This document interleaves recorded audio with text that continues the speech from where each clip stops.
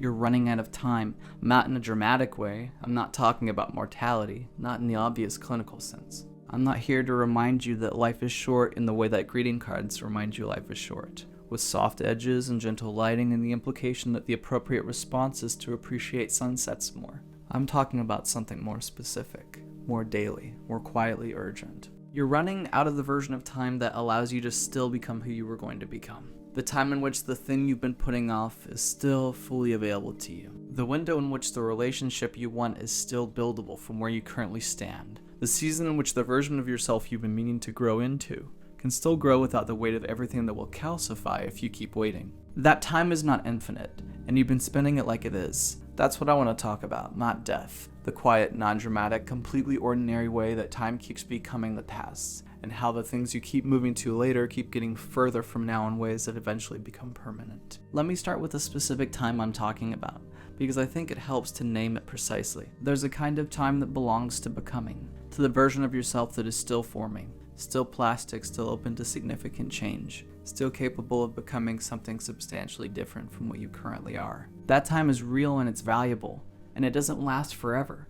not because you become fixed at some point, but because change gets harder. The neural pathways get more established, the patterns get more entrenched. The version of yourself that exists at 35 is more solid than the one that existed at 25, and the one at 45 is more solid still. Not immovably solid, people change at every age. But the cost of changing goes up, the friction increases, the momentum required to shift direction grows. The things you're waiting to work on, the patterns you're meaning to address, the version of yourself you're intending to build, the inner work you've been putting off until you have more time or more energy or more clarity, those things are easier now than they'll be later. Not easy, but easier. And the gap between now and later is not neutral. It's the gap in which the pattern gets more established, the cost of changing gets higher, the trajectory gets more fixed. You're not running out of time in the existential sense. You're running out of the window in which certain things are most available. Here's where I think the specific urgency is. The places where the time is most concretely running. In love. The specific relationships you haven't pursued, the feelings you haven't expressed, the connections you've kept theoretical. Every year those things don't move, they get more complicated. The person you had feelings for builds more of their life without you. The relationship you've been meaning to invest in develops in directions that require you less. The version of intimacy you want, the real kind, the deep kind, the kind that requires two people to have been through things together over real time. That version requires time to build. And it can't be built retrospectively, it can only be built from where you are now, forward. The people you love and haven't told, not romantically, in general. The parent, the friend, the person who shaped you in ways you've never fully said out loud. There's a version of you that keeps meaning to say the thing, to have the conversation, to let them know what they meant. And there's a clock on that, a real one, not theoretical. And work and purpose, the thing you've been meaning to build, to start to pursue. Every year you don't start, someone else does. Every year the gap between where you are and where you want to be doesn't necessarily grow, but your comfort in the current situation grows. The familiarity of not doing becomes more established. The activation energy required to start increases not because the thing gets harder, but because the habit of not doing gets more deeply grooved in your own development. The therapy you've been meaning to do, the pattern you've been meaning to address, the version of yourself you've been intending to become. Every year that passes without the work is a year in which the thing the work would address becomes more established, more defended, more part of the structure of how you operate, rather than a thing sitting on the surface that could be changed with some effort. I want to talk about why the urgency doesn't feel urgent, because I think this is the central thing.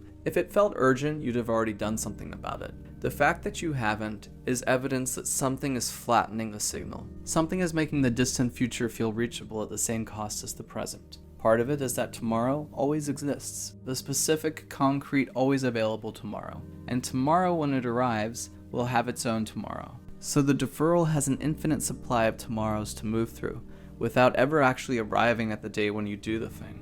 You're not procrastinating once. You're procrastinating in a loop that has no natural endpoint, and every iteration of the loop feels like a small deferral.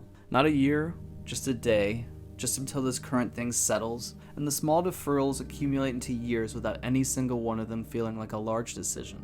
Part of it is that the future self feels more capable. There's always a version of you that is coming, slightly more together, slightly more ready, slightly better equipped for the hard thing. Who will handle this? And that future self is available as a destination in a way that lets the current self off the hook. You're not giving up on the thing, you're delegating it to someone better suited. But the future self never arrives as the fully capable version you imagined. They arrive as a person who has had more time pass and has slightly less of the urgency that might have propelled them to act. They arrive carrying all the same fears the current self has, plus the additional weight of having waited this long. They arrive less ready than the current self, not more.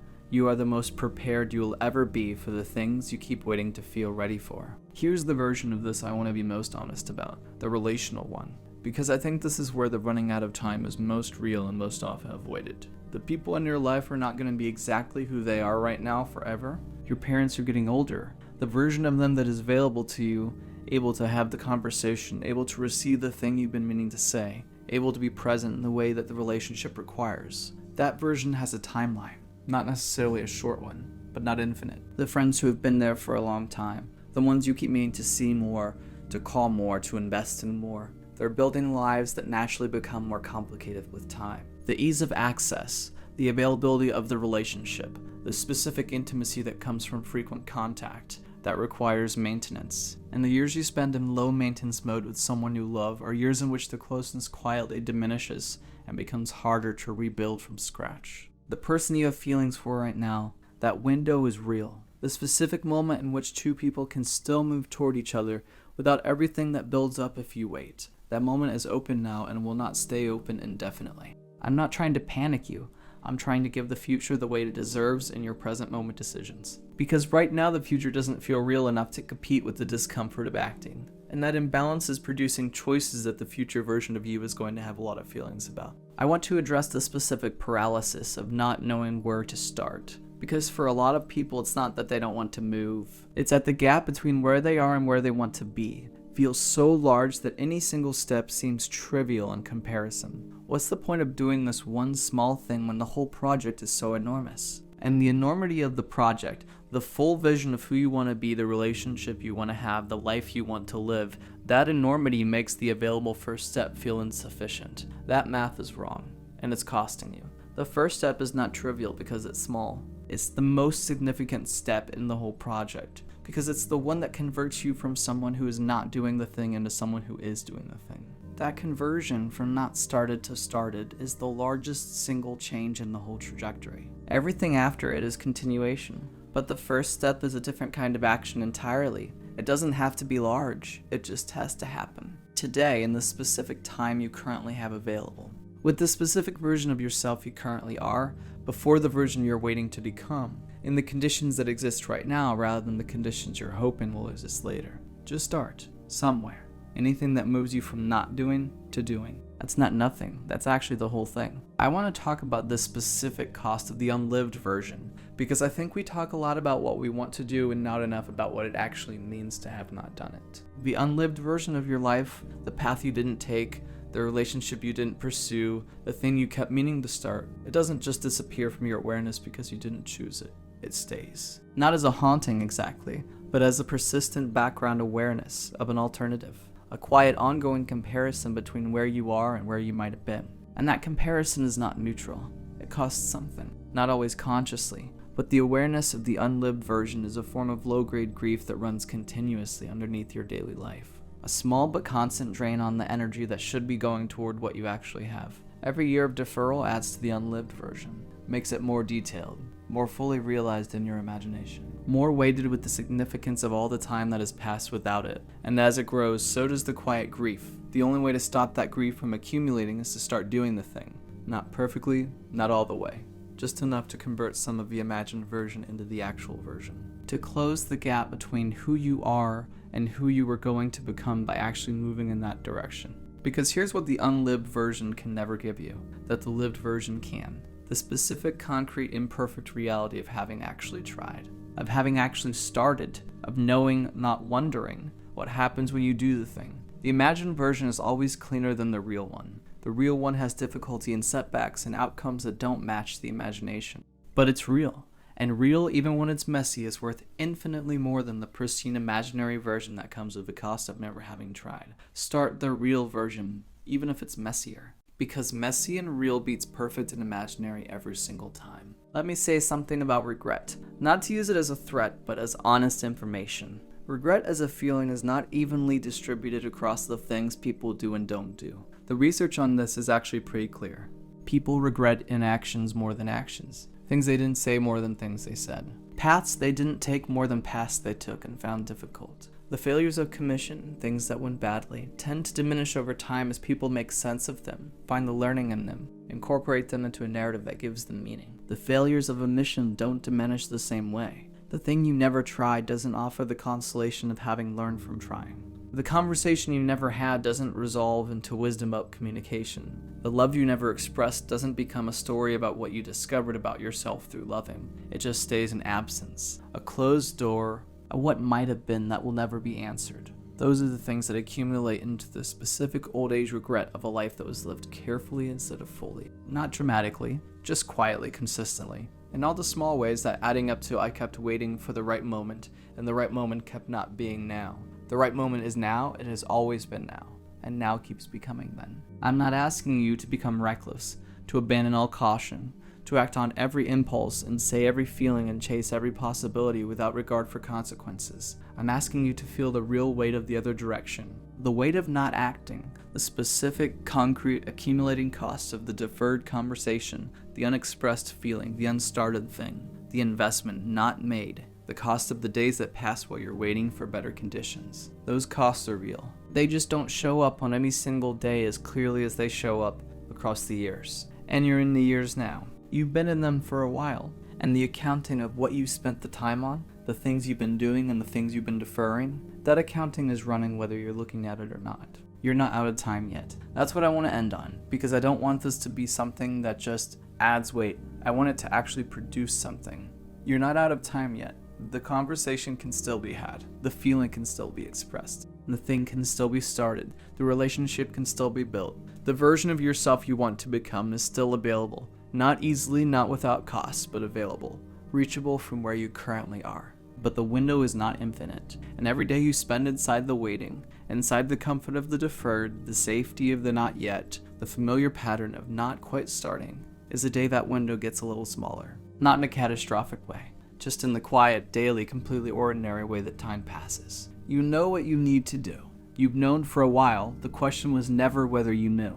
It was always whether today was the day you decided to actually do it. Today can be that day. It doesn't have to be. But it can be. And it's the only day you actually have. Why doesn't she love me? I met her on a Tuesday. Nothing special about the day. No rain. No music playing in the background. No movie moment. Just a random Tuesday. She sat 2 seats in front of me in class, laughing with her friend about something I couldn't hear, but I remember thinking one thing. I want to know what makes her laugh like that. The first time we talked was stupid. I dropped my pen. She picked it up before I could. Here, she said, smiling. 3 seconds. That's how long the conversation lasted. But for some reason, I thought about it the rest of the day. Weeks passed. Eventually, we started talking more.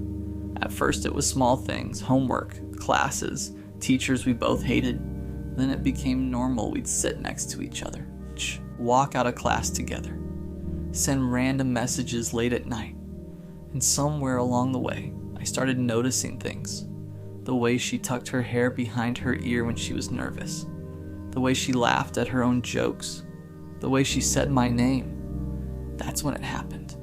I liked her. Everyone around me knew it before I admitted it. My friends would say things like, "Bro, you're down bad." I'd laugh it off. But they were right. Because suddenly everything I did started revolving around her. I'd check my phone hoping she texted. I'd replay conversations in my head. I'd think about what she meant when she said something, over and over again. One night we were texting. It was past midnight. The conversation slowed down until it turned into one of those deep talks people only have when they're tired. She told me about her fears, about how she overthinks everything, about how she's scared of getting hurt. And I remember staring at my screen thinking, how could anyone hurt someone like her? Then she sent a message. "Thanks for always being there." That sentence felt like winning the lottery. Months passed like that. Same routine, talking, laughing, late night conversations, but something was missing. Something obvious. She never flirted, never hinted, never gave me the signals everyone talks about, but she also never left. So I convinced myself it meant something. One day my friend asked me a question. Have you told her you like her yet? I laughed. No. Why not? I didn't have an answer. The truth, I was scared, not of rejection, but of losing what we already had. Then one afternoon, everything changed. We were sitting outside after class. The sun was going down. People were walking past us. She was telling me about some guy in her class. Yeah, he's really nice. She said something about the way she said it felt different. I tried to play it cool. Oh yeah? She smiled. I think he likes me. My chest tightened. So, do you like him? She paused, then she nodded. Maybe. I remember smiling. I remember saying something like, that's cool. I remember acting normal. But inside my head, one thought kept repeating. Why isn't it me? That night I stared at my phone. Her contact was at the top of my messages. All I had to do was type 3 words. I like you. But my fingers wouldn't move, because suddenly I realized something. If I sent that message, everything could change. A week later, she told me they were going on a date. She seemed excited, happy, and I tried to be supportive. Hope it goes well, I said. She smiled. Thanks. That night I walked home alone. The same question kept replaying in my head, over and over again. Why doesn't she love me? I was there for her. I listened to her problems. I cared about her. So why him? It took me a long time to understand something. Love isn't a reward. It's not something you earn by being the nicest person. You can't calculate it like a math equation. Care plus time plus loyalty not equal to love. Sometimes people just don't feel the same way. Months later, we stopped talking as much. Not because we fought, just because life moves on. Different classes, different schedules, different people. But every once in a while, I still think about her laugh on that random Tuesday. And if you're watching this right now, maybe you're asking the same question I once did. Why doesn't she love me? And the answer might be something you don't want to hear. Sometimes there isn't a reason. But one day you'll meet someone who looks at you the way you once looked at her. And when that happens, you won't have to ask the question anymore. Because the right person won't make you wonder. They'll make it obvious. You know what the worst part is? It's not the rejection. It's the almost. Because when someone rejects you clearly, it hurts. But at least it makes sense. They say no. You move on. But when someone almost loves you, that's a different type of pain, because you start replaying everything, every conversation, every laugh, every moment you thought meant something, and you start asking yourself questions that never have real answers. Did I say something wrong? Was I not good enough? Did I wait too long? After she started dating that guy, things between us didn't stop immediately. That's what made it worse. We still talked sometimes, still laughed, still had those random conversations that used to make my day. But something had changed, and we both knew it. There was this invisible line between us now. Before, it felt like we were walking towards something. Now it felt like we were standing still, and she was slowly walking away. One night she texted me again. Can I vent for a second? Of course she could. She always could. So I stayed up listening to her talk about problems with her boyfriend, how he didn't understand her, how he didn't listen the way I did, how he wasn't as patient as I was, and the entire time I just sat there thinking one thing. Then why aren't you with me? But I didn't say that. Instead, I said the same thing I always said. I'm here for you. And she replied with the same message she always sent. You're such a good friend. That sentence. You're such a good friend. People say it like it's a compliment. But when you love someone, that sentence feels like a door closing. Because suddenly you realize something. You weren't the guy she loved. You were the guy she felt safe with. The guy she vented to. The guy who listened, the guy who stayed. But safety doesn't always create attraction, and that realization messes with your head, because you start thinking, maybe I should have been different, maybe I should have flirted more, maybe I should have been less available, maybe I should have acted like I didn't care. And that's when something dangerous starts happening. You begin to question the way you are as a person. You start thinking kindness is weakness. You start thinking loyalty is stupidity. You start thinking caring too much is the reason you got hurt. So slowly, you start changing. You stop texting first, you stop opening up, you stop showing people the parts of you that once cared deeply. Because somewhere in your mind, you're trying to protect yourself. I remember the exact moment I noticed that change. She sent me a message one afternoon. Something funny, a meme we both would have laughed at months earlier. I looked at it, and for the first time, I didn't feel anything. Not excitement, not happiness, just nothing. And that scared me more than the heartbreak ever did. Because heartbreak means you cared, but feeling nothing, that means something inside you shut down. That night I stared at the ceiling, thinking about everything that happened, and for the first time I asked a different question. Not, why doesn't she love me? But why did I give so much of myself to someone who never asked for it? That realization hits hard, because the truth is, she never promised me anything. She never said she loved me. She never said we were going to end up together. Those were expectations I built in my own head, and when those expectations broke, I blamed her. But deep down, I knew something. I wasn't just sad about losing her. I was sad about losing the version of me that believed things would work out. The version of me that believed if you cared enough, if you tried hard enough, if you stayed long enough, eventually someone would choose you. But life doesn't work like that. And realizing that changes you quietly, slowly, but permanently. But because after that, you start guarding your heart differently. Not because you want to, but because you remember exactly how it felt when someone almost loved you, and almost can mess someone up for a long time. And the craziest part, even after all that, there were still nights where I caught myself wondering the same thing, just staring at the ceiling, asking a question I already knew the answer to. Why doesn't she love me? You know what nobody tells you about heartbreak? It doesn't end the day you realize the truth. That moment where everything finally clicks, where you accept she isn't choosing you, where you tell yourself you're done thinking about her. That's not the ending. That's just the beginning of the quiet part. Because after that realization, life keeps moving, but your mind doesn't move as fast. You still catch yourself checking your phone sometimes, not because you expect a message, but because your brain spent so long hoping for one that the habit never fully disappears. You'll hear a song that reminds you of her, or pass a place you both used to talk about, or see something random that you know she would have laughed at, and for half a second, your mind goes straight to her, before you even realize it. It's strange how people can leave your life, but pieces of them stay behind in your routine, in your memories, in the way you think. At first you hate that. You want to forget everything. Every late night conversation, every inside joke, every moment you thought meant something. Because remembering feels like reopening a wound that's trying to close. But memories don't disappear just because you want them to. They fade slowly, and that takes time. During that time, you start noticing something about yourself. Something you didn't see when you were chasing her. You start realizing how much of your energy went into someone who never fully gave theirs back. How much time you spent thinking about what she wanted, what she needed, what she felt, while completely ignoring your own feelings.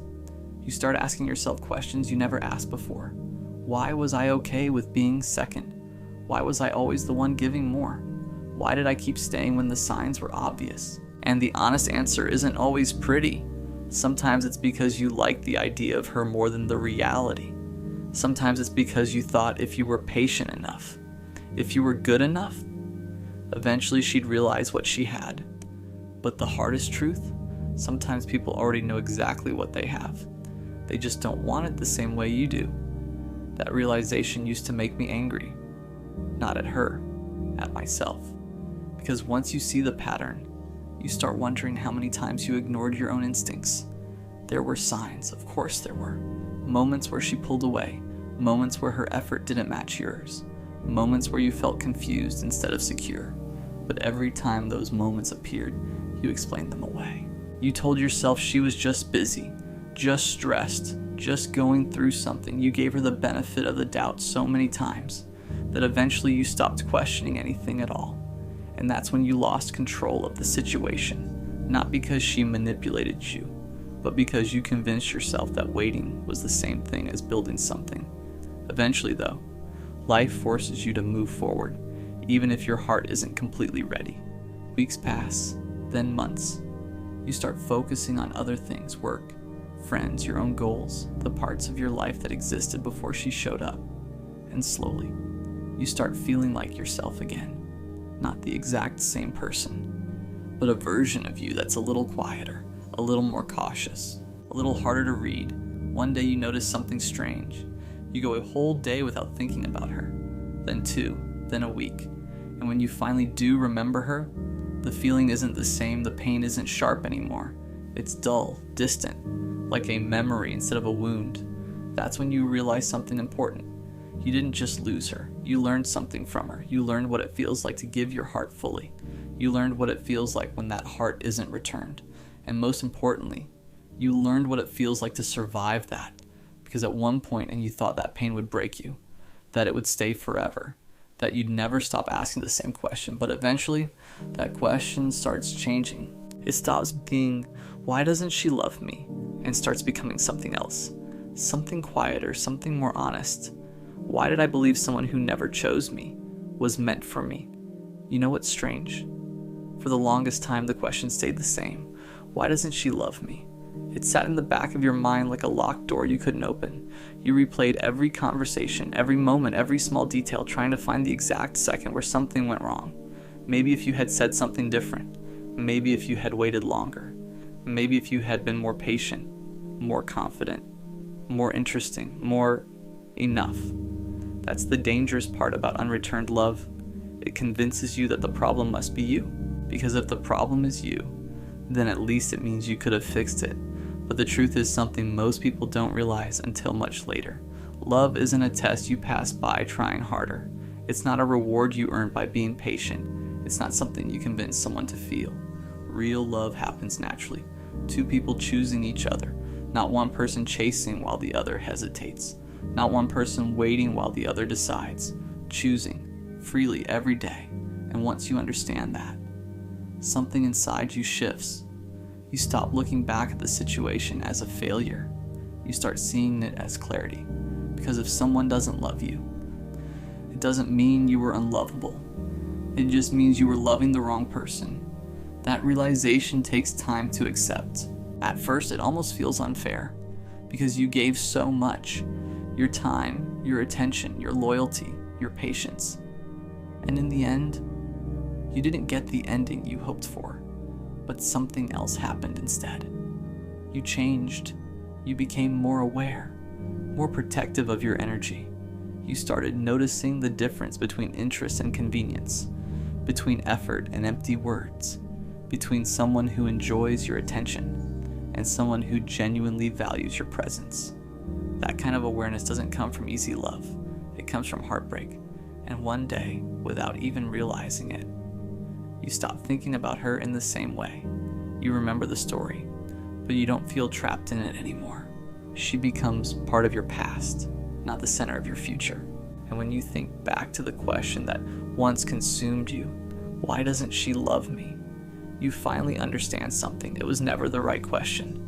The real question was never about her feelings. It was about your worth. And the moment you stop measuring your value through someone else's love, that question disappears completely. Because the truth is simple.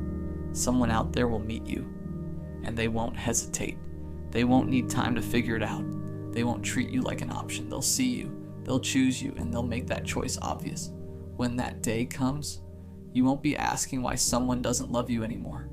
You'll finally understand that the right person never makes you question it in the first place. I want to be clear about something up front. This isn't a sad story. Or it is, in parts. But it's not the kind where I'm sitting in a dim room telling you about all the ways love failed me and how I gave up.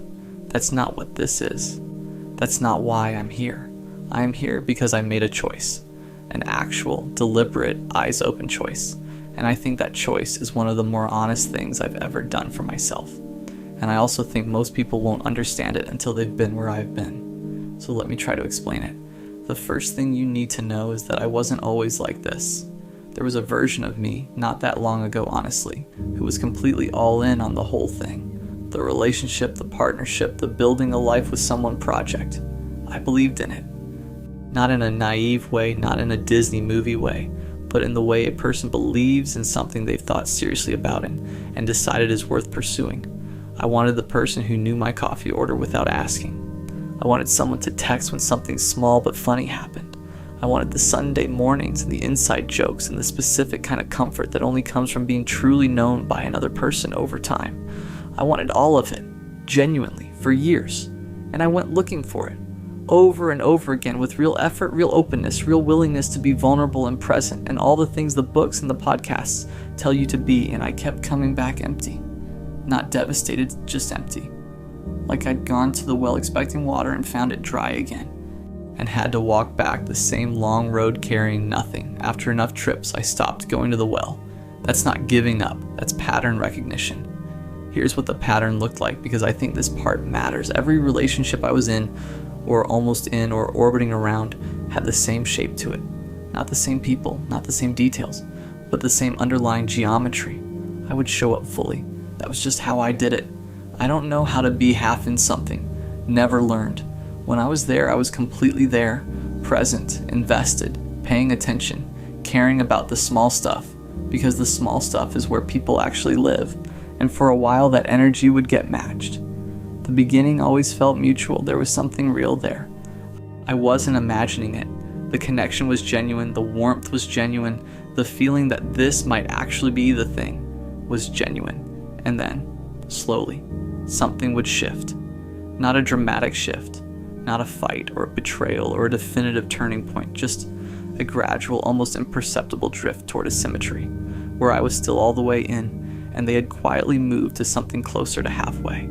And I would notice it and not say anything, because I didn't want to be the person who was keeping score. And I would adjust my expectations down a little, and I would fill in the gaps with generous interpretations, and I would keep going until I couldn't, and then it would end. Either because I finally said something, or they finally left, or it just quietly died from the weight of its own imbalance, and I would be the one sitting with the full grief of it, while they seemed, from the outside, at least, more or less fine. That happened enough times that I had to ask myself a serious question. Is this bad luck? Or is this me? And the answer, the honest one, the one I had to sit with for a long time before I could say it clearly, was both. Some of it was bad luck. Some of it was timing, incompatibility, the simple fact that most relationships don't work out, and that's not a reflection of anyone's worth. But some of it was me, specifically a version of me that I had been dragging into every relationship without fully examining it. I was choosing people who needed to be convinced, not in a dramatic way, not people who were cruel or checked out completely, but people who were, at their core, slightly ambivalent. People who were kind of available, sort of interested, generally positive, but never quite fully choosing me. People for whom I was a good option, but not the obvious one. And I kept choosing them because I confused the work of convincing someone with the feeling of earning something. Like if I had to work for it, it must be worth something. Like if it came easily, it probably wasn't real. That's a broken piece of logic, and I ran it for years. The love I was chasing was the love that felt like proof. Proof that I was worth the effort.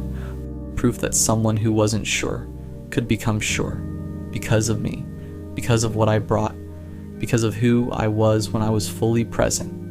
What I actually found every time was people who remained a little unsure, and me, exhausted from the convincing, wondering why it still felt like I was auditioning. You cannot love someone into certainty. I know that now. Certainty about a person is something you either have or you don't. It's not something that gets built through accumulated evidence. But I didn't know it then. I kept trying to build it, and I kept being surprised when the foundation didn't hold. So I stopped.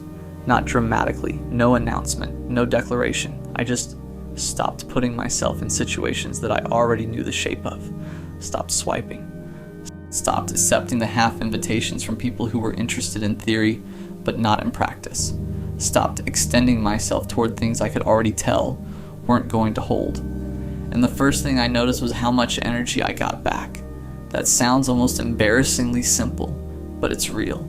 The amount of mental and emotional bandwidth that I had been pouring into other people, into decoding their behavior, into managing my own hope, into the constant quiet work of being in something that wasn't quite working. That bandwidth suddenly had nowhere to go, and it came back to me.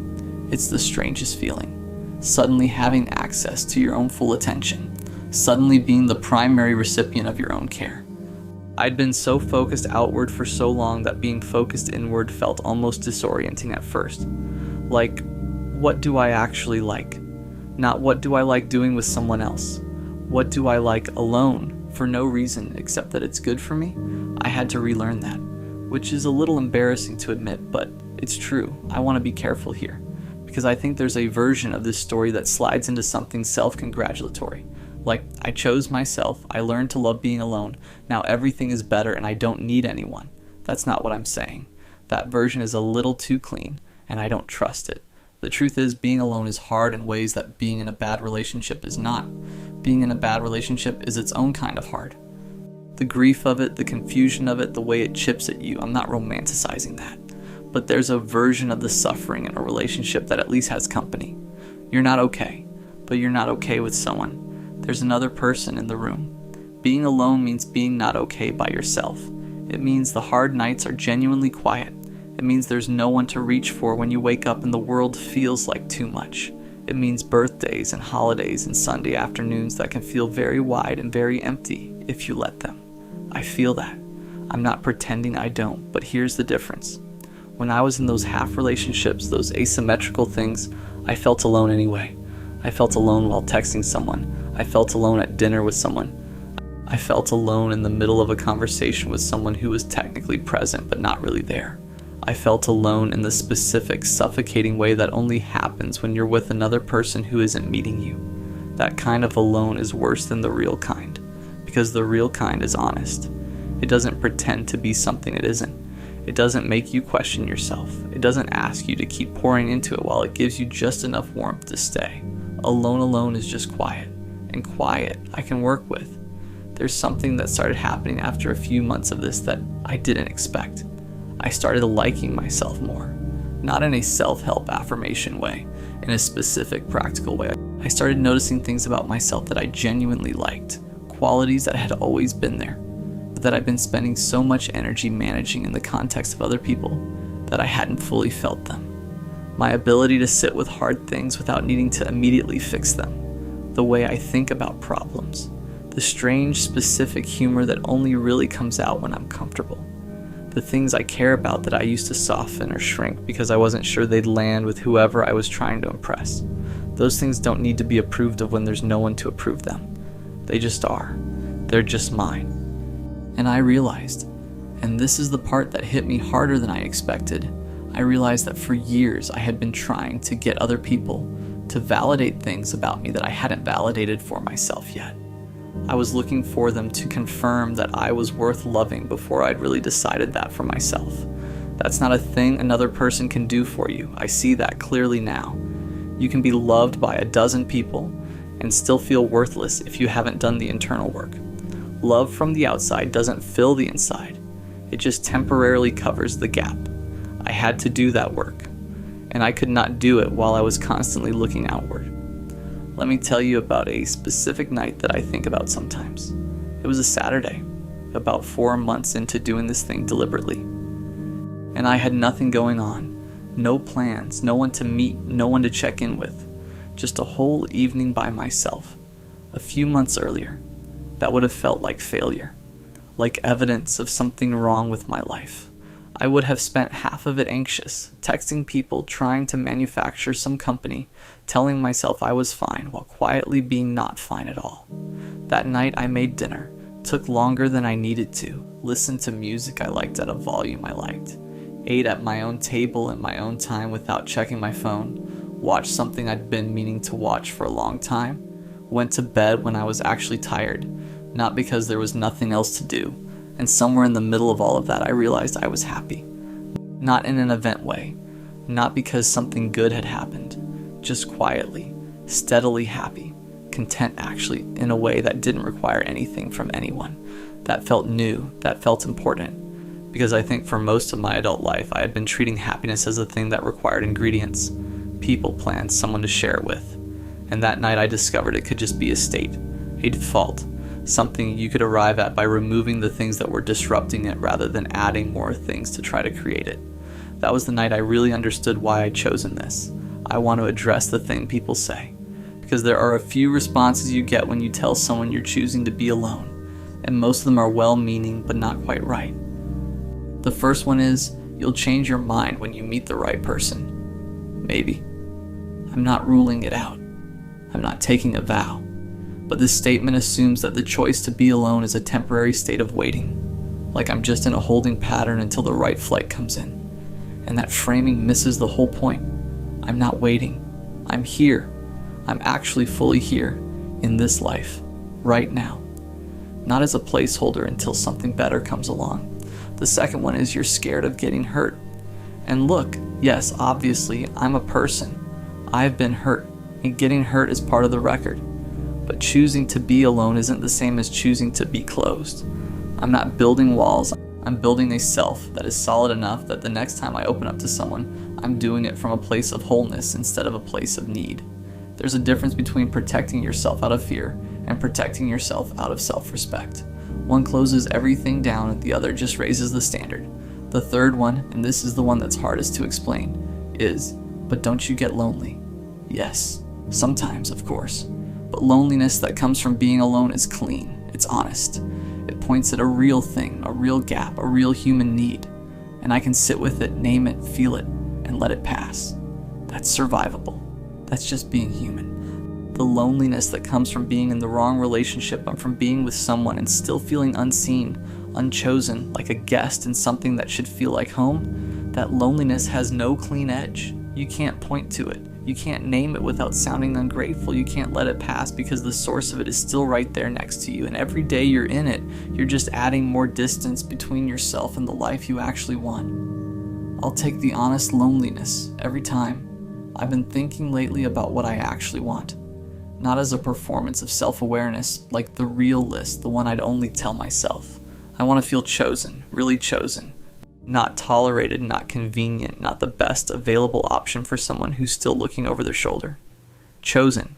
The way you choose something when you thought about it clearly and you still want it. The way you choose something and then keep choosing it on the days when it's difficult.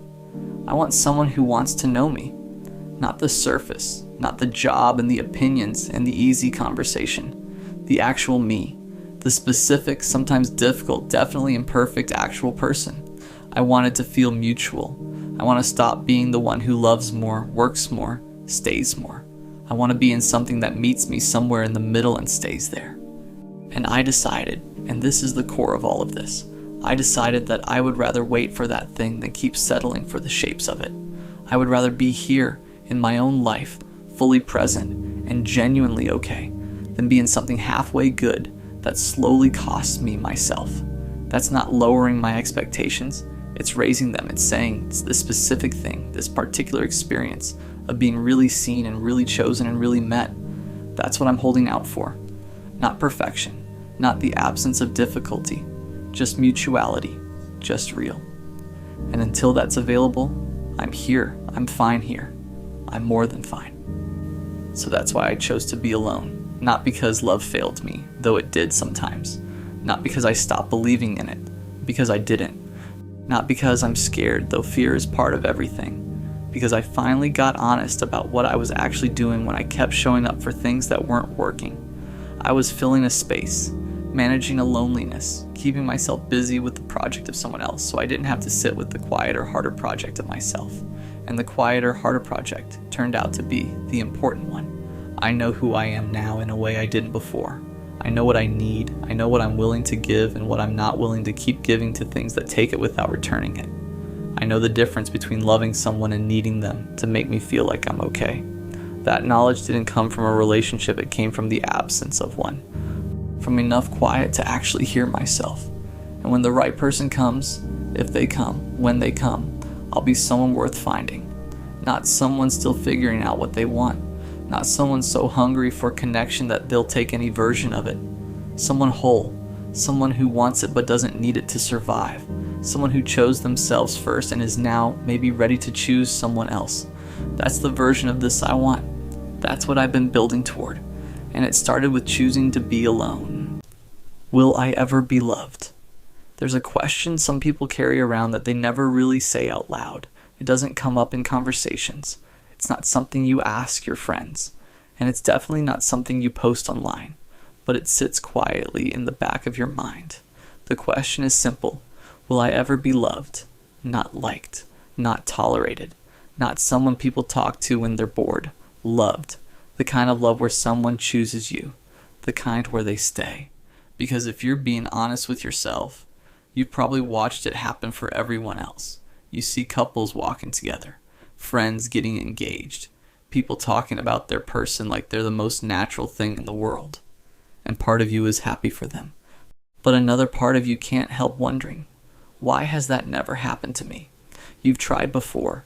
You've talked to people. You've opened up. You've let yourself believe that maybe this time it could be different. And for a moment, it always feels promising. They laugh at your jokes. They text you first. They tell you they enjoy talking to you. And you start to think maybe this is finally it. Maybe this is the person who's going to stay. But then something always changes. The messages get shorter. The effort starts fading. The energy you once felt from them slowly disappears. Till one day you realize something that hurts more than anything. You cared way more than they did. And after that happens enough times, you stop asking what went wrong with the relationship. You start asking what's wrong with you. You look in the mirror and start picking yourself apart. Maybe I'm not attractive enough. Maybe I'm too quiet. Maybe I'm too emotional. Maybe I'm just not the type of person someone chooses. And the worst part about that feeling is that nobody around you sees it. To everyone else, you seem normal. You go to work. You talk to people. You laugh when you're supposed to. But inside, there's this quiet loneliness that never really leaves. Because wanting to be loved isn't some dramatic fantasy. It's one of the most human things there is. To have someone who looks at you and thinks, I want this person in my life. Not temporarily, not when it's convenient, but for real. And when you've spent years feeling like that hasn't happened for you yet, that's when the doubt starts creeping in. You start wondering if maybe some people are just meant to watch love happen for everyone else and never experience it themselves. After a while, the question doesn't just stay in the back of your mind. It starts showing up everywhere. You'll be scrolling through your phone and see someone you went to school with, posting pictures with their partner, smiling, laughing, looking like they found something real. And you pause for a second, not because you're jealous in a hateful way, but because you can't help thinking, how did they figure it out? How did they find someone who chose them? Because from where you're standing, it almost feels like everyone else received instructions for love that you never got. Some people fall into relationships so easily, they meet someone, they click, and suddenly they're building a life together. Meanwhile, you're still sitting there wondering why every connection you try seems to fade before it ever becomes something real. You replay old conversations in your head, moments where you thought things were going well, the way they used to respond quickly, the way they seemed interested in you, the way they said things that made you believe they actually cared, and then you remember the shift. That slow change where their energy started pulling away. The delayed replies, the canceled plans, the feeling that you were the only one trying to keep things alive. Until eventually, you stopped hearing from them altogether. And what hurts the most about those moments isn't just losing the person. It's realizing how easily they walked away. Like the connection that meant so much to you, it didn't really mean that much to them. That's the part that sticks with you. Because after enough of those experiences, something inside you starts changing. You become more cautious. You hesitate before getting excited about someone new. You stop letting yourself believe things too quickly. Not because you don't want love, but because disappointment starts feeling predictable. And eventually you find yourself doing something you never used to do before. You start preparing for people to leave. Even when someone new enters your life and things feel good, there's this quiet voice in the back of your mind saying, don't get too attached. It probably won't last. So instead of enjoying the moment, you hold part of yourself back. You protect your feelings. You stay guarded. And the strange thing about that kind of loneliness is that it doesn't always happen when you're physically alone. You can be surrounded by people, talking, laughing, living your life. But deep down, there's still this quiet uncertainty. Because the question never really disappears. Late at night, when everything gets quiet, it comes back again. Will someone ever truly love me? Not temporarily, not out of convenience, but the kind of love where someone looks at you and decides you're worth staying for. And when you've spent years feeling like you're still waiting for that moment, it's hard not to start wondering if maybe it was never meant for you at all. The hardest part about carrying that question, will I ever be loved, is that eventually it stops sounding like a question. It starts sounding like an answer. After enough disappointments, enough people leaving, enough almost relationships that never become real, something inside you slowly shifts. You stop expecting love, not dramatically, not in some big moment where you say you're done with relationships forever. It's quieter than that. You just stop hoping the same way you used to. When you meet someone new, you don't let yourself imagine a future with them anymore. You don't let your mind wander into those what-if scenarios, because every time you did that in the past, it eventually ended the same way they left. So now you protect yourself. You convince yourself that you don't really need love like other people do. You focus on work, on hobbies, on building a life that doesn't rely on anyone staying. And on the outside, it actually starts to look like you're doing better. You're more independent. You don't chase people anymore. You don't beg for attention. You don't sit around waiting for someone to text you back.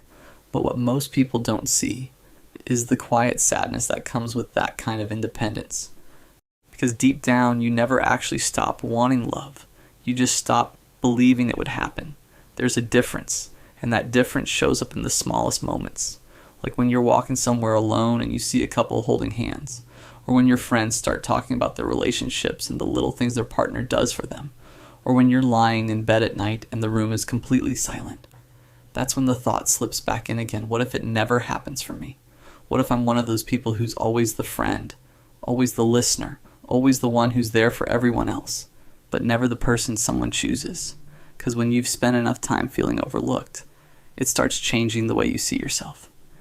You begin assuming that if someone better walks into their life, they'll choose them instead of you. That if someone more exciting shows up, you'll be forgotten. So you keep your expectations low. You tell yourself you're fine on your own. But the truth is, there's still a small part of you that wonders what it would feel like to have someone who doesn't hesitate, someone who doesn't disappear when things get complicated, someone who looks at you and doesn't need time to decide. They just know, and maybe the scariest part of all is realizing how badly you still want that, even after everything, even after the doubt, even after convincing yourself you don't need it. That small part of you still hopes that one day someone will walk into your life and prove that all those fears were wrong. But here's something most people don't realize when they ask that question. Will I ever be loved? The problem isn't that you're unlovable. The problem is that when you've been hurt enough times, you start measuring your worth by the people who didn't stay. You start using their choices as proof. Proof that you weren't enough. Proof that you were easy to leave. Proof that maybe love just isn't something meant for you. But those people were never the judges of your value. They were just people who passed through your life. And sometimes people leave not because you lacked something, but because they were never meant to stay long enough to see everything you are. The truth is, love doesn't happen on a schedule. Some people find it early. They meet someone at 18, 20, 22, and it feels like their life just clicked into place. But for a lot of people, it takes longer. Not because they're less worthy, but because the kind of love they're meant to have requires the right person. And the right person isn't someone who hesitates about you. It's not someone who keeps you guessing. It's not someone who makes you question whether you matter. The right person doesn't make you feel like you're asking for too much just by wanting to be chosen. They make it clear, effortlessly. And when that kind of love finally shows up, it doesn't feel like chasing. It doesn't feel like proving yourself. It doesn't feel like begging someone to stay. It feels calm, like something that was always supposed to happen just at the right time. So if you've been sitting with that question for a long time, if you've spent nights wondering whether anyone will ever truly choose you, here's the truth you need to hear. The fact that the wrong people left your life doesn't mean the right person never will enter it. It just means your story hasn't reached that chapter yet. And one day, when someone finally walks into your life and stays without hesitation, you'll realize something that used to be impossible to believe. You were never unlovable. You were just waiting for someone who could actually see you. There's a version of you that exists only in your head. It's the version that said the wrong thing in that conversation 3 years ago and is still replaying it. The version that's already prepared a full emotional response to a fight that hasn't happened yet. The version that read one slightly short text message and spent 45 minutes building a case for why everything is falling apart. That version of you is exhausting, and it never sleeps. And if you're being honest, it runs a lot more of your life than you'd like to admit. I've been thinking about this for a while, not in a clinical way. I'm not here to diagnose anything or hand you a breathing exercise, but in the way you think about something when you've lived inside it long enough that you finally want to understand it. When the pattern has repeated enough times that you're done being surprised by it and ready to actually look at it. Because I think a lot of us are losing to our own minds, quietly, daily, in ways that don't look dramatic from the outside, but are absolutely exhausting from the inside. And I think we've been told it's just anxiety, it's just overthinking. Take a walk, drink some water, journal about it. And none of that is wrong exactly, but it's also not quite getting at the thing.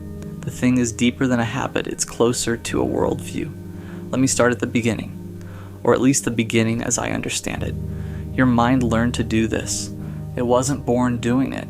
At some point, probably pretty early, you were in a situation where paying close attention to other people's moods and signals and the slightest shifts in their behavior was actually useful. Where catching the early warning signs kept you from getting hurt. Where being one step ahead of a situation meant you could manage it before it managed you. So your brain got good at that. Really good. Exceptionally, almost professionally good at scanning for threat, at noticing the micro shift in someone's tone and running it through a threat assessment model at lightning speed, at filling in the gaps between what people say and what they might mean with worst case scenarios, because worst case scenarios are what your brain learned to prepare for. That was adaptive once. It kept you safe. It helped you navigate something that was genuinely hard to navigate, but you carried it out of that situation and into every situation after it. And now you're threat scanning in a text message from someone who loves you. Now you're running worst case scenarios about a meeting that hasn't happened yet. Now you're braced for impact in environments that are not actually dangerous, with people who are not actually threatening, because your nervous system never got the memo that the original thing ended. It's still doing its job. The job is just wrong for where you are now. Here's what overthinking actually feels like from the inside, because I think it gets flattened into a word, overthinking, and that word doesn't capture the texture of it.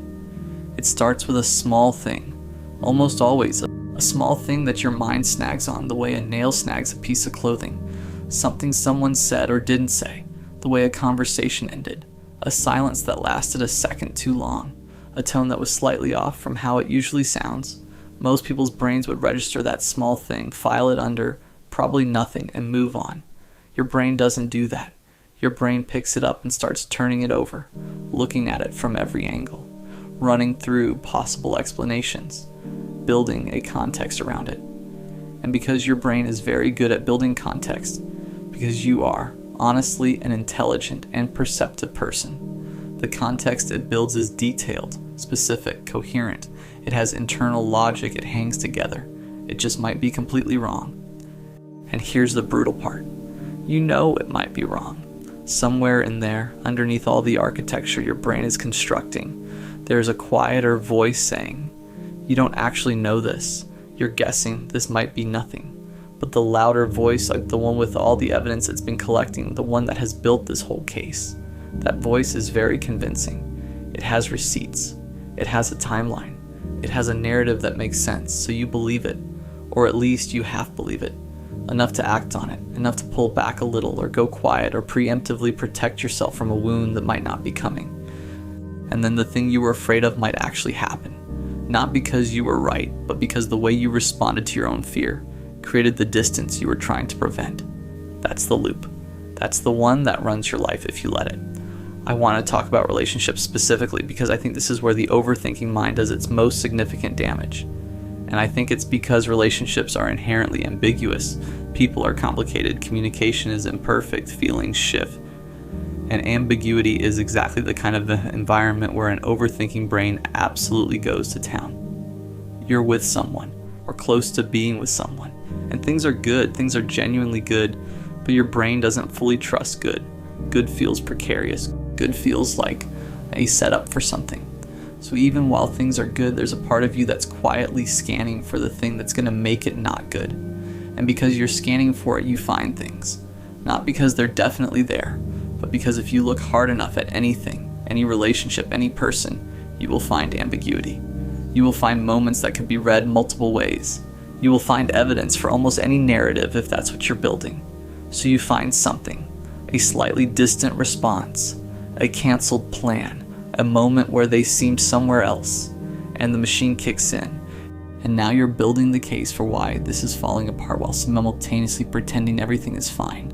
Because you know that bringing this up will make you seem crazy, will make you seem like too much, so you hold it. You process it internally. You have the conversation in your head 100 times. You prepare for outcomes that haven't happened. You grieve things that are still here. And all of that invisible work, all of that mental labor that the other person has no idea is happening, exhausts you, makes you quieter than you actually are, makes you pull back when you want to be close, makes you act in ways that are slightly misaligned with how you actually feel, because you're not responding to reality. You're responding to the story your brain wrote about reality, and eventually, inevitably, the other person notices that something is off, not what's actually off. They can't see that. It's all internal, just that something is off, and they adjust. And you interpret their adjustment as confirmation of the story you already wrote, and the loop tightens. Here's the part I want to sit with for a minute, because I think it's the part that gets missed. Overthinking isn't just a processing style. It's also, underneath everything, a form of control.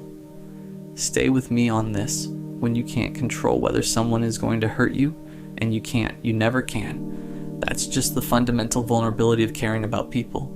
Your brain finds another way to feel in control. It prepares, it anticipates, it runs every possible scenario so that when something goes wrong, at least you saw it coming. At least you're not blindsided. At least the pain arrives in a context you already built. Because being blindsided feels worse than being right about something bad. Being surprised by loss feels more devastating than having predicted it. So your brain works very hard, all the time, to make sure you are never surprised. The cost of that is never being fully present, never being fully relaxed into something good, always holding a part of yourself back, just in case, always watching the door even when you're inside somewhere warm. It's a terrible trade, but it feels like the safer one, and your brain is always going to root toward what feels safe. Let me tell you what the really insidious version of this looks like. Because the everyday overthinking, the text analysis, the reading of rooms, the pre-lived arguments, that stuff is visible enough that you can at least identify it. The insidious version is quieter. It's the way you talk yourself out of good things before they have a chance to become good. Someone shows interest, and instead of letting yourself feel that, you immediately start cataloging their flaws. Not because they're actually deal breakers, because if you can find enough flaws, then when it doesn't work out, you can point to the flaws. You already knew you were never fully in it. It's the way you self-sabotage in advance. Pull back before they can pull back. End it before it can end badly. Leave before you can be left. It's the way you rewrite your own history to confirm the story your brain likes to tell. You felt something real, and then it hurt. And now when you look back at it, your brain has quietly edited the memory so that the signs were always there. You should have known. You were naive to trust it. Look how clearly it was written on the wall from the beginning. It wasn't written on the wall from the beginning. You were just present, open, hoping, the way a person is supposed to be. And something went wrong. And now your brain is retroactively building the case that you should have been closed. Because being closed would have hurt less. Being closed would have hurt less. And also produced nothing. And also made you smaller. And also been a kind of living death. But your brain doesn't calculate for aliveness, it calculates for safety. And sometimes safety and aliveness point in completely opposite directions. I've been thinking about the relationship between overthinking and self-worth, because I don't think they're separate things. I think a lot of people who overthink, not all, but a lot, do it because somewhere underneath the mental noise, there is a quiet belief that they are more likely to be rejected than not, that if someone really knew them, they'd leave. That the connection they feel is always more fragile than it appears, because they are, in some fundamental way, more difficult to love than other people, and the overthinking is partly an attempt to manage that. If you can see the rejection coming, you can prepare. If you can find the evidence early, you're not naive. If you hold back a little, you're protected. But also, and this is the part that's harder to say, the overthinking feeds that belief. Because when you're constantly generating worst case scenarios, constantly looking for the signs of leaving, constantly preparing for the end, you are practicing the belief that the end is inevitable. You are rehearsing it. You are making it more real in your body and your nervous system every single time you run the simulation. The mind is very literal about what it practices. If you practice being rejected, your brain gets better at feeling rejected. If you spend enough time preparing for loss, your nervous system stops distinguishing between the preparation and the actual thing. You end up carrying the emotional weight of a loss that hasn't happened. And you do that every day, for weeks, months, years. And then people ask why you seem tired. So what do you do with it? I'm not going to pretend I have the full answer. I don't think the full answer exists in a way that can be written down and handed to you, but I do think there are some true things worth saying. The first one is, your thoughts are not facts. I know that sounds like something on a motivational poster, and I'm sorry about that because it's actually a profound and difficult thing to practice. Your mind produces thoughts the way your body produces heat, constantly, automatically, without your permission. And not all of those thoughts are accurate. Not all of those thoughts deserve to be believed. The feeling of certainty that your brain attaches to its worst case scenarios is not evidence that those scenarios are real. It's just evidence that your brain is very good at its job. The second one is, presence is the antidote, and presence is hard. Because presence means actually being in the moment you're in, not the moment your brain has already moved to. It means feeling the good thing while it's happening, instead of scanning it for the reasons it won't last. It means trusting, not blindly, not naively, but with the actual evidence in front of you, that right now, things are okay. Letting okay be okay without immediately upgrading it to a threat. The third one, and this is the one that took me the longest, is that you have to grieve the version of safety that overthinking promises. Because it does promise something. It promises that if you think hard enough, prepare enough, stay alert enough, you will be protected. You will not be caught off guard. You will not be hurt in the ways you've been hurt before. That promise is a lie, but it's a comforting lie, and giving it up means accepting that you cannot think your way to safety in relationships. You cannot prepare your way out of vulnerability. The only way through is actually through, open, present, willing to be surprised by both the good and the bad. That is terrifying if you are someone who has been hurt, and most of the people reading this have been hurt. But the alternative, staying inside the machine, living in the pre-lived loss, holding yourself back from the full experience of being alive with another person, that's not safety. That's just a slower kind of missing out. Your mind gets the best of you because it loves you in its way. It is trying to protect you. It learned something once about how the world works, and it has been faithfully applying that lesson ever since. Even when the lesson no longer applies, even when the environment changed and the people changed and you changed, it doesn't know it's out of date. It just keeps running the old program, trying to keep you safe, costing you peace. You are not broken. You are not too much. You are not fundamentally harder to love than other people. You are someone whose brain learned to be very careful, and that carefulness served a purpose once, and now it's costing you more than it's protecting you. And the work, the long, uncomfortable, ongoing, nonlinear work, is teaching it that it's okay to put the armor down. Not all the way, not all at once, just enough to let something real get in, just enough to be here, actually here, in the life you're living instead of the one your mind keeps rehearsing.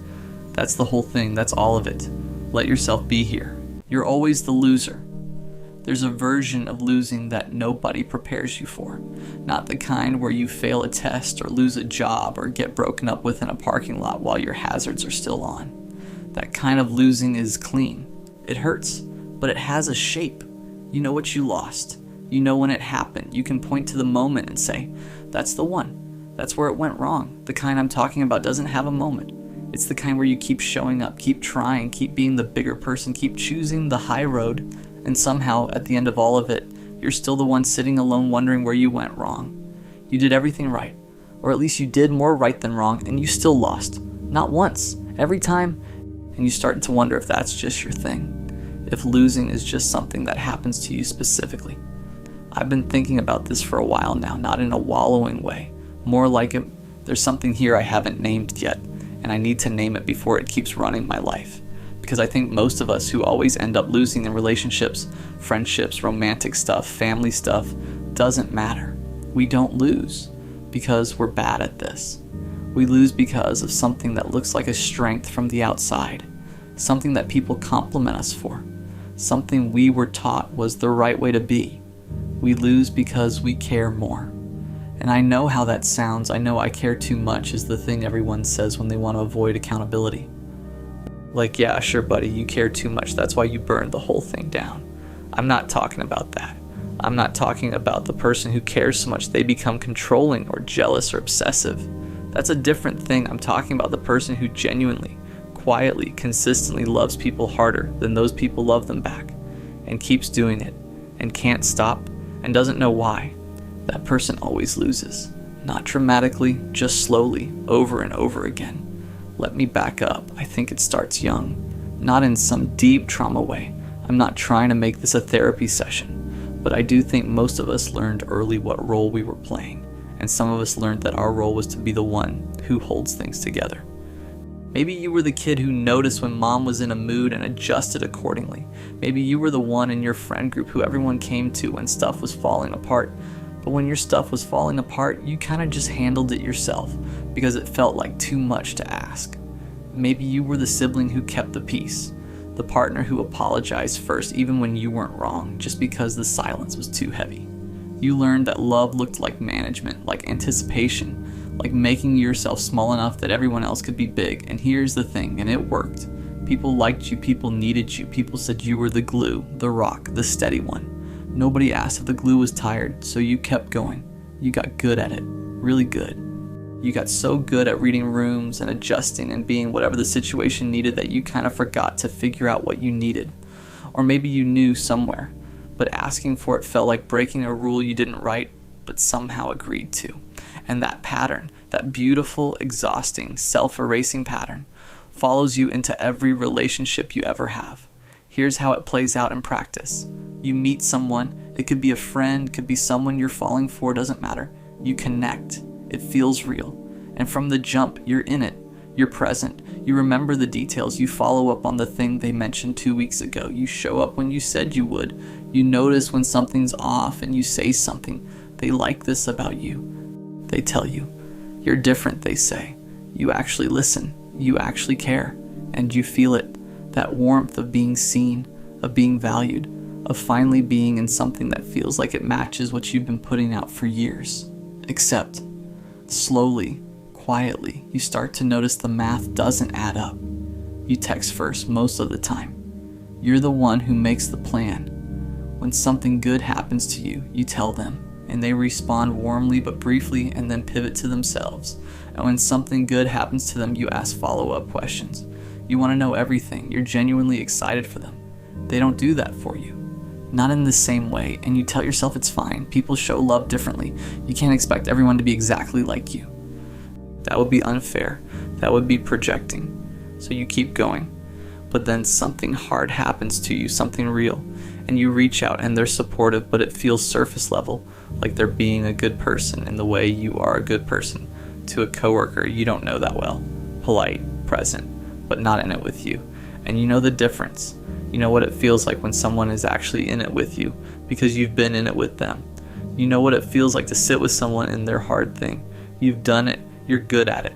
They're not doing that. They're being kind, but they're not in it with you. And here's the moment. Here's the fork in the road that most of us don't even know we're standing at. You could say something. You could name it. You could say, hey, I feel like I'm carrying more of this than you are, and I need that to change. But you don't, because that feels like an accusation. Because you don't want to be the person who keeps score. Because what if you're wrong? What if you're being too sensitive? What if bringing it up ruins the whole thing and then you lose them anyway and it's your fault? So you say nothing and you adjust your expectations down a little and you keep going. And 6 months later, you're half the person you were when you started this and they're exactly the same and you're exhausted and you don't even know why. That's the loss. That's the one that doesn't have a moment. I want to talk about the hope problem. Because I think hope is actually the engine of all of this. Not hope in the inspirational poster sense. I mean hope in the very specific, very quiet sense of, I think if I keep being this way, eventually it'll come back to me. You believe somewhere underneath everything that love is a long game, that consistency gets rewarded, that if you keep showing up and being real and caring deeply enough, one day the person on the other end of it will match you. Will finally see what you've been putting out and rise to meet it. And sometimes that happens. Sometimes people do wake up. Sometimes the thing you've been patient for actually blooms. But a lot of the time, And I think most of us know this but don't want to say it. A lot of the time, the hope is just delay. It's a way of not having to grieve something that's clearly already gone. Because as long as you're hoping, you don't have to admit that the version of this you wanted was never actually available. That's brutal to accept. That someone you love genuinely, deeply, for real, that someone might just not be built to love you back the way you need. Not because they're bad, not because you did anything wrong, just because they're different. They're wired different. They're at a different place. They need different things. You can love someone and still be wrong for each other. You can care about someone and still be the wrong shape for the hole they're trying to fill. That is a complete sentence. That is the whole truth. There's no fix at the end of it. And when you're the person who loves more, when you're always the one who's more in it, more invested, more hopeful, that truth hits different. Because it means all that extra love you were putting out wasn't the solution. It was just yours. It lived in you. It didn't change anything. That's the part that makes you feel like a loser. But here's where I want to sit for a second, because I've been turning this over for a while, and I think there's something we get wrong about what losing actually means. We treat losing like it's about outcome. You win if the relationship lasts. You lose if it ends.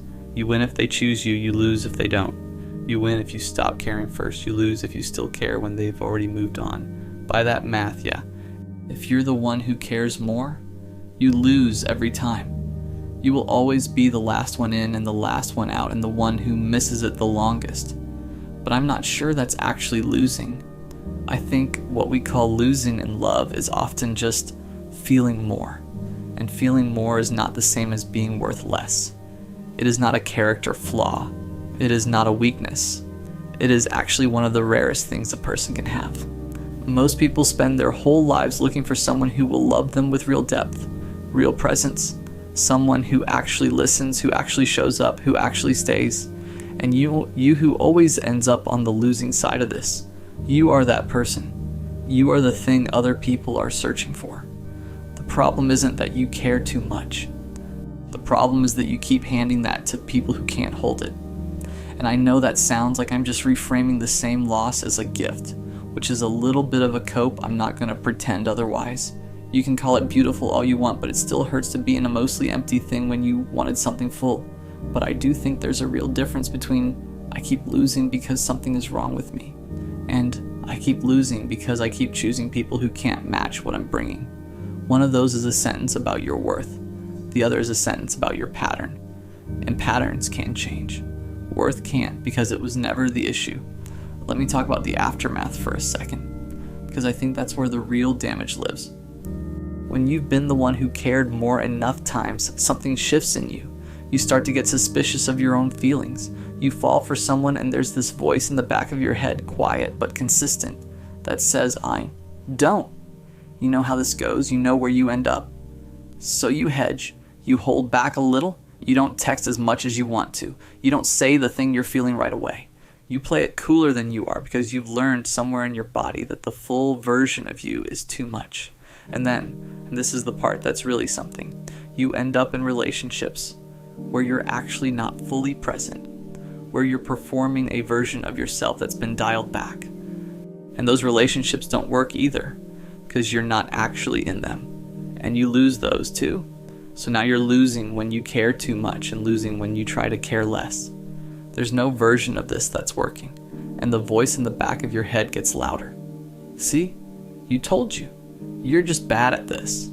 You always lose, but you're not bad at it.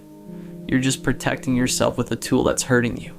The hedging, the holding back, the performance of indifference, that's not protection.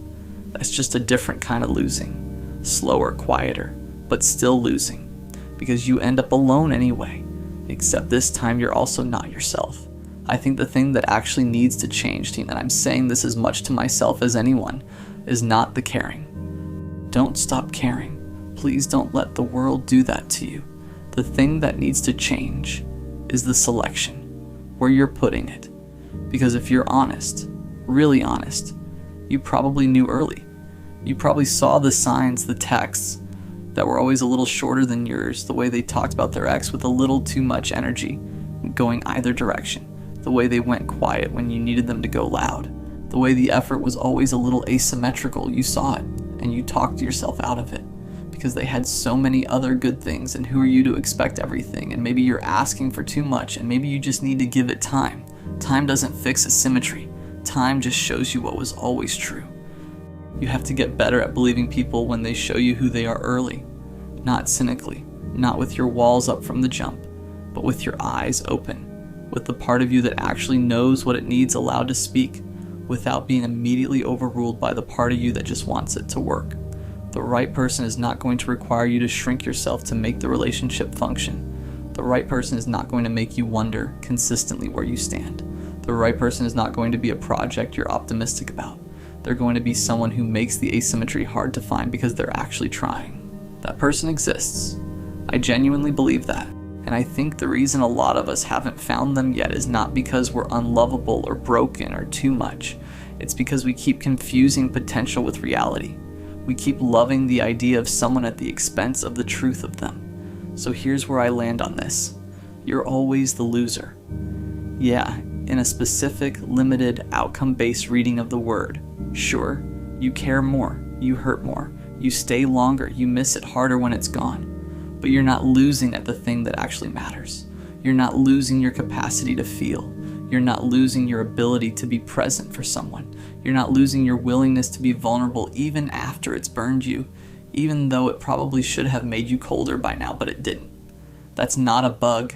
That is, genuinely, without irony, the whole thing. That's the part of a person that makes love feel like love instead of just convenience. You've been calling it a weakness your whole life because it's kept costing you. But it was never the problem. It was always the best thing about you. The world just kept putting it in front of the wrong people. That's a solvable thing. It's a slow, uncomfortable, sometimes heartbreaking thing to solve. But it's solvable. You're not cursed. You're not broken. You're not destined to always be on the losing side of this. You just need to stop handing your rarest quality to people who don't know what to do with it and start giving it to someone who already knows what they have.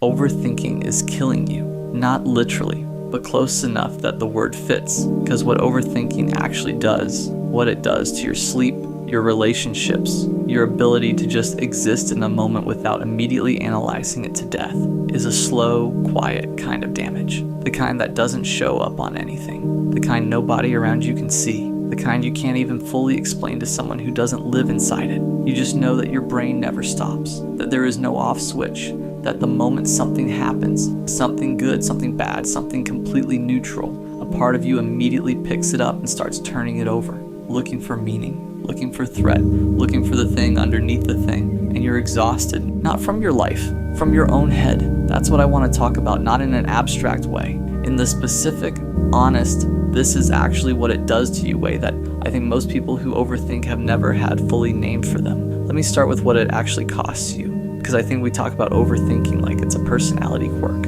like it's just how some people are wired and it's fine, it's manageable. Drink some chamomile tea and journal about it. It's not fine. It's costing you real things. It's costing you your present. Every moment you spend living inside a conversation that already happened or a scenario that hasn't happened yet is a moment you are not actually in your life. Not in the room, not with the people in front of you, not feeling what there is to feel right now. You're somewhere else in the past replaying something you can't change, or in the future preparing for something that might never arrive. And the present just keeps passing, quietly, without you in it. It's costing you your relationships because overthinking doesn't stay internal. It bleeds out. It changes how you communicate. You either over-explain because your brain has run every possible misinterpretation and you're trying to preempt all of them, or you go completely quiet because saying anything feels like opening a door you won't be able to close. It makes you pull back at exactly the moments you should be moving closer. It makes you read distance into things that aren't distant and miss the actual warning signs because you're too busy analyzing the fake ones. It's costing you your confidence. Every decision that should be simple becomes a referendum on your judgment. Every choice carries the weight of all the ways it could go wrong, and over time all that second guessing teaches you that you can't be trusted, that your instincts are unreliable, that before you do anything you need to think it through one more time, just to be sure. One more time becomes the only time you ever operate, and you stop trusting yourself completely. Here's the part I want to name that doesn't get named enough. Overthinking feels productive.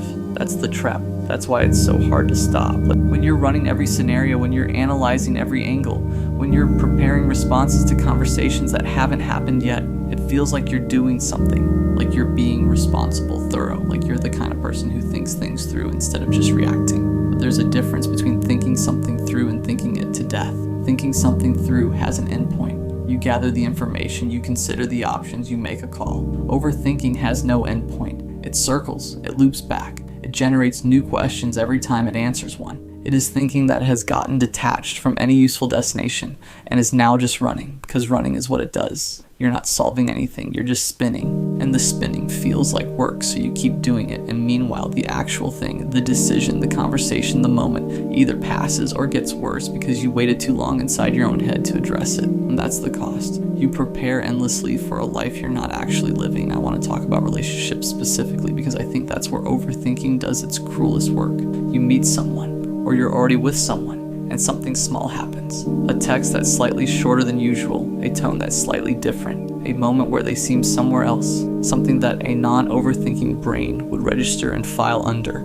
Probably nothing. Your brain does not file it under probably nothing. Your brain picks it up and immediately starts building. What did that mean? Why was it different? Is something wrong? Did I do something? Are they pulling away? Is this the beginning of the end? And within 20 minutes you have constructed an entire narrative, detailed, internally consistent, emotionally devastating, about something that was probably just them being tired. And now you're responding to that narrative instead of to reality. You're quieter with them because of the story your brain wrote. You're more careful, more guarded, slightly more distant, and they notice, and of course they notice, and they adjust to your adjustment. And now there actually is a slight distance between you. Not because anything was wrong, because your brain made something out of nothing and you responded to the something and created a version of the nothing that is now real. You worried the thing into existence. That happens more than you think. The distance you're always afraid of, the one you're constantly scanning for, sometimes you're the one creating it, not intentionally, not consciously, just by living inside the story your brain built instead of the reality that was actually there. There's something I want to say about the specific exhaustion of being an overthinker in a relationship with someone who isn't, because the gap between those two processing styles is genuinely one of the hardest things to bridge. You bring something up gently, carefully after having thought about how to phrase it for 3 days, and they look at you and say something like, "I don't know, I wasn't really thinking anything by it," and they mean it. They genuinely weren't thinking anything by it. It was just a thing they said or did, and they've already moved on and they have no idea you've been carrying the weight of it for 72 hours. And you don't know whether to feel relieved or more anxious, because if they weren't thinking anything by it, then all of that was in your head. And if all of that was in your head, how much other stuff is in your head? And if you can't tell the difference between real signals and fabricated ones, how do you ever trust your own read on anything? So the conversation you tried to have to get clarity ends up producing more questions than it answered, and the cycle starts again. That's not a communication problem. That's not a compatibility problem. That's overthinking making a relationship harder than it needs to be by introducing a third party into every interaction, the version of the other person that exists in your head, running their lines in the scenarios you've scripted, behaving in the ways your anxiety has assigned them. That third party is not real, but they take up a lot of space. Let me talk about where this comes from. Not in a blame your childhood way, though honestly sometimes it is partly that, but in the way that's useful. The way that helps you understand the mechanism so you can start to work with it instead of just being run by it. Overthinking is almost always rooted in one of two things, sometimes both at once. The first is a history of things going wrong in ways you didn't see coming. If you've been blindsided before, hurt in a way you didn't anticipate,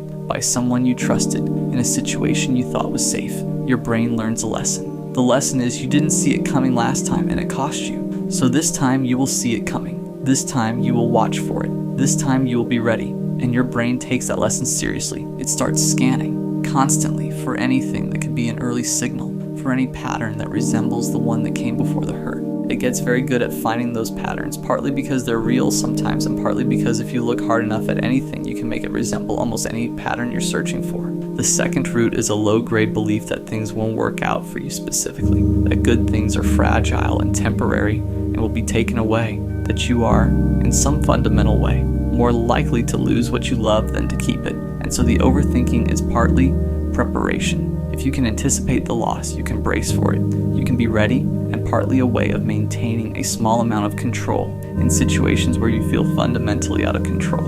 Neither of those roots make you broken. They make you someone who learned to protect themselves in the only way that made sense at the time. The problem is that protection has outlasted the thing it was protecting against, and now it's protecting you from things that aren't actually threatening. And the protection itself is the thing doing the damage. I want to talk about what overthinking does to your sense of self, because I think this is the part that goes most unacknowledged and does the deepest damage. When you overthink long enough, and when you spend enough time living inside hypothetical versions of events rather than actual ones, you start to lose the thread of who you actually are underneath all the analysis. Because overthinking requires you to constantly model other people, to simulate how they see you, what they think of you, how they're interpreting your words and actions. And the more you do that, the more your sense of yourself becomes contingent on those simulations. You start to know yourself primarily through the imagined eyes of other people. Your self-image becomes a composite of all the ways you've imagined being perceived. That's not a self, that's a performance with no audience. And the real you, the one with instincts and preferences and reactions that don't need to be analyzed before they're allowed to exist, that person gets quieter and quieter the longer the machine runs. Because every time a feeling or an instinct arises, the overthinking brain immediately intercepts it, runs it through the filter, asks whether it's appropriate, whether it's too much, whether expressing it will cause a problem. And most of the time, the feeling gets managed instead of felt, processed instead of expressed, filed away instead of lived.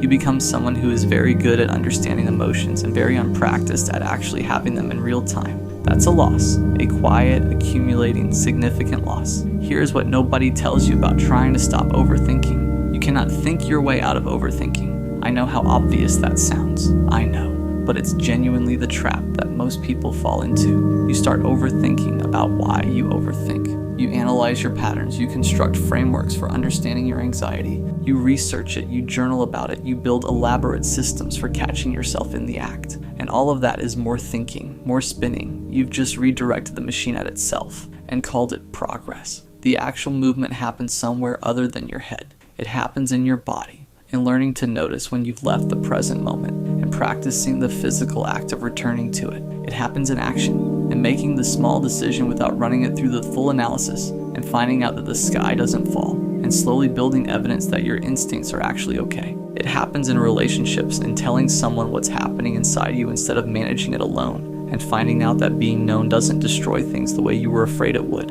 It happens slowly, non-linearly, with setbacks that feel like starting over but aren't. And it requires you to do the thing that overthinking was always trying to prevent. Be uncertain. Be in something without knowing how it ends. Be present in a moment without having already lived 6 versions of it in your head. That is genuinely terrifying if you are someone who has been using certainty, even imaginary certainty, as a survival tool. But the alternative is staying in the machine, and the machine is running you into the ground. I want to say something directly to the version of you that is reading this at whatever hour this is, probably not sleeping. Probably turning something over that started as a small thing 3 hours ago and has since become a fully constructed crisis. You are not crazy.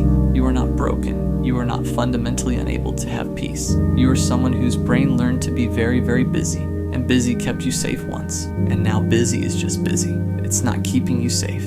It's keeping you from resting, from connecting, from being in your own life without the constant background noise of what if and what does it mean and what's going to happen. The thought you're carrying right now, the one that feels urgent, the one that feels like if you just think about it a little longer, you'll finally land on the answer that makes it okay. That thought is lying to you. The answer isn't in more thinking. The answer is in putting it down long enough to find out that the world didn't end when you stopped holding it. You are allowed to rest. Now you've figured it all out. Now, before the resolution, before the certainty, before you've run every scenario to its conclusion. Now, in the middle of not knowing, that's the only place rest is ever actually available. Overthinking is killing you slowly, stealing your sleep, your presence, your relationships, your trust in yourself, your ability to just be somewhere without immediately trying to understand and analyze and prepare for what being there might mean. You know this. You've known this. The problem was never that you didn't understand the damage. The problem is that stopping felt more dangerous than continuing. But you've been doing this long enough now to know that the danger isn't out there.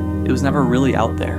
It was always in here. In the machine, in the loop, in the version of events your brain constructed and then handed you to live inside of. The real thing, your actual life, the people actually in it, the moments actually happening, that's been waiting for you this whole time, just on the other side of the noise. All you have to do is let the noise get a little quieter. Not gone, just quieter. That's enough. That's all it takes to start. You know what hurts the most? It's not being rejected, it's realizing the person you care about never felt the same way to begin with. Not in the way you did. not in the way you hoped they did. And the worst part is, you didn't realize it right away, because at first everything felt real. The conversations felt natural, the laughs felt genuine, the late night talks felt personal. There were moments where it seemed like something deeper was building between you. Little moments that made you believe this could actually turn into something. And when you start believing that, your heart slowly gets involved. Not all at once, but piece by piece. You start paying more attention to them. You notice the way their voice changes when they're excited, the way they talk about the things they care about, the way their mood shifts when something's bothering them. You start remembering small details about them without even trying, things they mentioned once in passing, their favorite music, their favorite food, the stories about their past, and without realizing it, they begin taking up more space in your mind. You think about them when something funny happens. You think about them when you hear a song they would like. You think about them when something reminds you of a conversation you once had. That's how feelings grow, quietly, naturally, without asking permission. But somewhere along the way, something starts to feel different, not wrong, just uneven. You notice that you're always the one starting conversations. You're the one asking questions, the one keeping things going, the one making the effort to stay connected. They still respond. They still talk to you. They still laugh and joke like everything is normal. But something about it feels lighter for them, like they're enjoying the moment, but not investing in it the same way you are. And you try not to think too much about it, because you don't want to ruin what you have. You tell yourself you're overthinking. You tell yourself they might just be busy or distracted, or maybe just not good at expressing their feelings. So you keep showing up, you keep being patient, you keep being kind. Because part of you believes that if you're consistent enough, if you're supportive enough, if you care enough, maybe one day something will change. Maybe one day they'll look at you differently. Maybe one day they'll realize you were there all along. Maybe one day the feeling will finally grow on their side too. But deep down, there's a quiet fear you try not to face. A small voice that keeps asking the same question. What if they never feel the same way? And that thought is something your heart isn't ready to accept yet. Title: She Doesn't Feel the Same Way. Part 2. The hardest part isn't the moment you realize she doesn't feel the same way. It's everything that happens before that moment. The waiting, the hoping, the convincing yourself that maybe you just need to give it more time. Because feelings don't always grow instantly, right? Sometimes people just need space.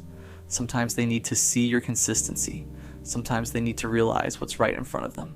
At least that's what you keep telling yourself. So you keep showing up. You keep answering her messages. You keep making time for her even when your day is busy.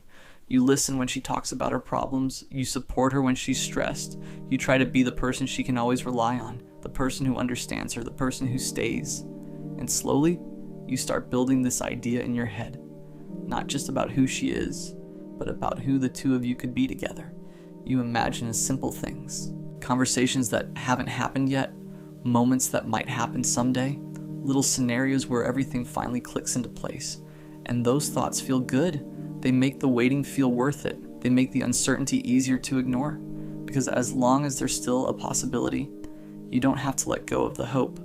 But reality has a quiet way of revealing itself. Not all at once. Not with some dramatic moment, just small things that slowly start adding up. Like the way she talks about someone else, not realizing how it lands when she says it. Or how she mentions a guy she finds attractive, like it's just normal conversation, like it wouldn't affect you. Or the way she disappears for hours, sometimes days, then comes back like nothing happened. And you're just happy she replied at all. Even if the message is short, even if the effort feels minimal, you start noticing the imbalance, but you don't want to believe it means something, because admitting the truth would mean facing a reality you've been avoiding. That maybe you care more than she ever will. That maybe you've been building something in your mind that she never intended to build with you. And the worst part is, she didn't lie to you. She didn't promise anything. She didn't say the words that would make you believe she felt the same way. You just filled in the silence yourself. You interpreted the kindness as something deeper, the attention as something meaningful, the connection as something mutual. But kindness isn't always love. Attention isn't always interest. And connection doesn't always mean someone sees you the way you see them. And slowly, the truth starts getting harder to ignore. Not because she suddenly tells you, but because her actions begin saying something your heart can't keep pretending not to hear. She doesn't feel the same way, and the longer you hold on to hope, the heavier that realization becomes. At some point, the truth stops whispering, and it starts becoming impossible to ignore. Not because she finally sits you down and says the words. Most of the time, that conversation never even happens. The truth shows up in quieter ways than that. It shows up in patterns, in effort, in the way someone chooses to show up in your life, or the way they don't. You start noticing things you used to overlook. How you're always the one starting the conversation. How if you stop texting first, the silence stretches longer than you expected. Hours, sometimes days, and eventually you break. You send the message anyway, because pretending you don't care feels harder than admitting that you do. You start noticing the energy difference too. How excited you are when she replies, and how normal it seems for her, like your presence in her life is something she can take or leave, not something she's worried about losing. That realization hurts in a very specific way, because you're not asking for everything. You're not asking for grand gestures or dramatic confessions. You're just asking for something simple, to feel chosen. But when someone truly wants you, you don't have to beg for that feeling.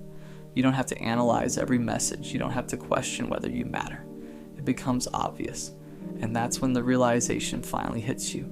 Not all at once, but slowly, like a weight settling on your chest. She doesn't feel the same way. Not in the way you hoped. Not in the way you needed. Maybe she likes you. Maybe she enjoys talking to you. Maybe she appreciates having you around. But there's a difference between appreciating someone and wanting to build something with them. And you start asking yourself questions you were too afraid to ask before. Was I just convenient? Was I just someone who was always there when she needed attention?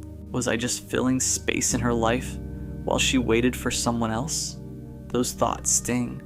But the deeper pain isn't even about her, it's about what you did to yourself while hoping things would change. How long you ignored your own feelings.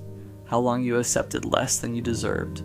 How long you told yourself to be patient, when patience wasn't the solution. Because love doesn't grow out of one person trying harder. Love doesn't appear just because you stayed long enough. Love isn't something you can earn by proving your loyalty, and realizing that forces you to face a difficult truth. You can't make someone feel something they don't, no matter how good you are to them, no matter how much you care, no matter how much you wish it were different. And once that truth settles in, you're left with a choice, one that hurts either way. Keep holding on to someone who never chose you, or finally let go, even though part of you still wishes she would. Because the hardest thing about loving someone who doesn't feel the same way isn't losing them, it's accepting that you were never really theirs to begin with. At first, letting go doesn't feel like strength, it feels like defeat, like you're walking away from something that could have worked. If only things were slightly different. If only she saw you the way you saw her. If only she realized how much you cared. If only timing was better. If only you had said the right thing at the right moment. Your mind keeps replaying those what ifs over and over again, because your heart would rather believe in a small chance than accept a painful truth. But eventually something starts to shift inside you. Not dramatically, not overnight, just slowly. You start noticing how tired you are. Tired of hoping, tired of waiting, tired of checking your phone for a message that may or may not come, tired of feeling like your happiness depends on someone else's attention. And that's when a different kind of realization hits you, one that hurts, but also frees you. You didn't lose her because you never had her. What you lost was the version of her you created in your mind, the version that loved you back, the version that chose you, the version that saw your worth the same way you saw hers. But that version never actually existed. It was just hope, and hope can be beautiful, but when it's built on the wrong person, it slowly becomes something painful. You start seeing things more clearly, how much effort you gave, how much patience you showed, how much of yourself you poured into someone who never asked for it. And instead of feeling embarrassed about that, you begin to understand something important. There's nothing wrong with loving deeply. There's nothing wrong with caring. There's nothing wrong with believing in someone. The only mistake is giving all of that to someone who was never willing to meet you halfway. And the truth is, one day you're going to meet someone who does. Someone who doesn't make you question where you stand. Someone who doesn't make you guess how they feel. Someone who doesn't make you feel like loving them is a risk. Because when someone truly wants you, you won't have to convince them. You won't have to compete for their attention. You won't have to sit there wondering if you're enough. They'll show you clearly, consistently, without confusion. And when that happens, you'll look back at this version of yourself. The one who stayed too long, the one who hoped too hard, the one who loved someone who couldn't love him back. And instead of feeling regret, you'll feel something else. Gratitude. Because that experience didn't break you, it taught you. It taught you what love shouldn't feel like. And most importantly, it taught you that the right person will never leave you wondering why they don't feel the same way. Because when someone truly loves you, you'll never have to ask that question again.